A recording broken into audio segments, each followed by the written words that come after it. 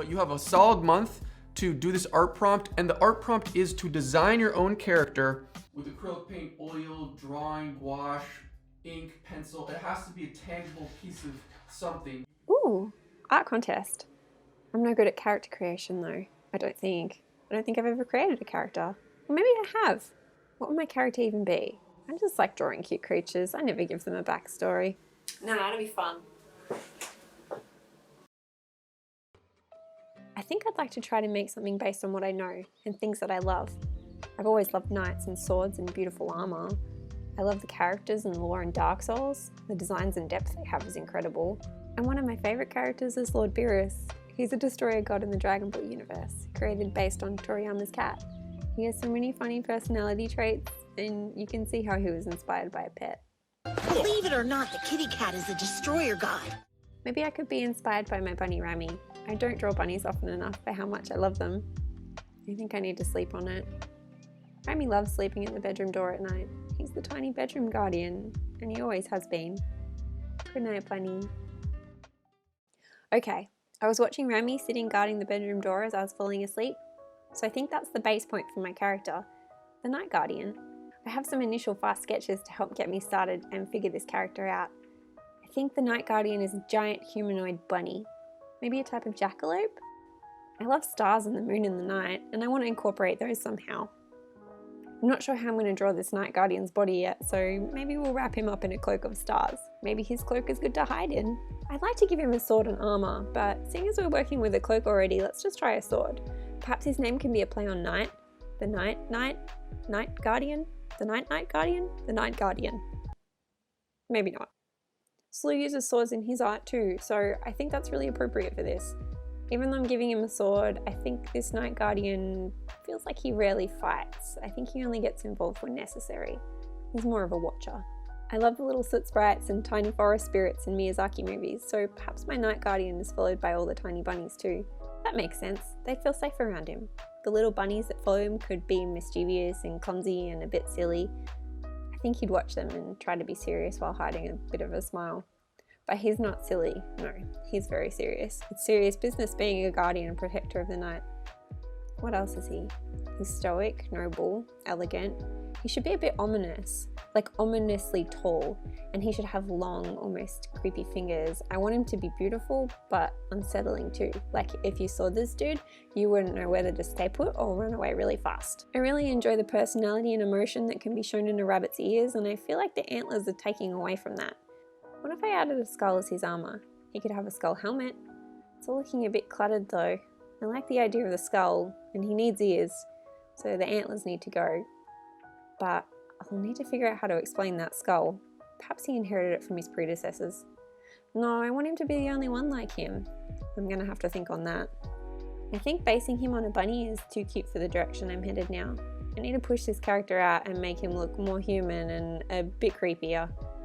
I want expressive eyes because his cool face is going to be covered by the skull. Hairs are pretty cool, and they have really crazy human-like eyes as well.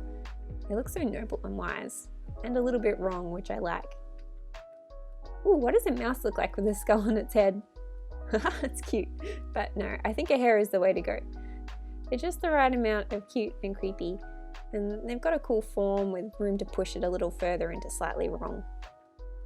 Looking back to the Dark Souls games, one of my favourite boss fights was the dancer. She has such beautiful form and flow in her movement, and I like how long her limbs were as well. I'm going to use her as inspo for my concept art. I've sort of ditched the cloak now that I've figured out what his body looks like, and he's always in a night scene anyway. He's the Night Guardian after all. Stars on stars would be a lot to look at, and I want to show off his shape. I'm all about skinny, lanky creatures, maybe because I am one. I do like the idea of it though, so maybe we can incorporate it into his story. I wonder if he's a boy or if she's a girl. I think I'm leaning towards a girl now. Colours, I think I'll figure it out as I go. I like sunset colours and dusky colours, so maybe I'll use them. I've got a few different backgrounds that I played around with, but I like the pink one the best. Okay, I've got it. Are you ready for the story of the Night Guardian? In the beginning, when the earth was being born, there was a first dawn, and there was a first dusk. And with the dusk came the Night Guardian, born from the first moonlight. She watched over the new creatures of the night as they laughed and played and danced under the stars. At the fall of each dusk since, she arrives with her cloak of stars, leaving it draped across the sky. And each dawn, she leaps back into her cloak, wrapping herself in the stars to carry with her, disguising herself in the shadows and dappled light of the daylight hours.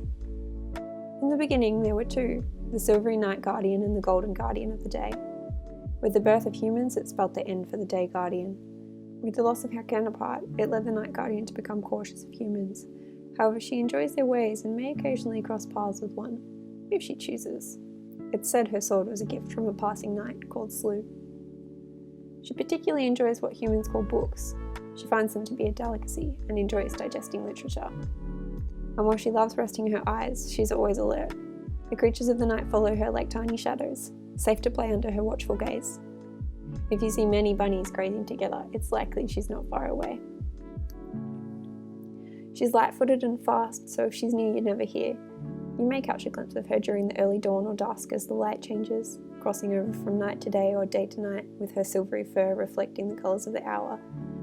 But even so, she disappears so quickly, you'd be left wondering if you saw anything, or if it was just a trick of the light.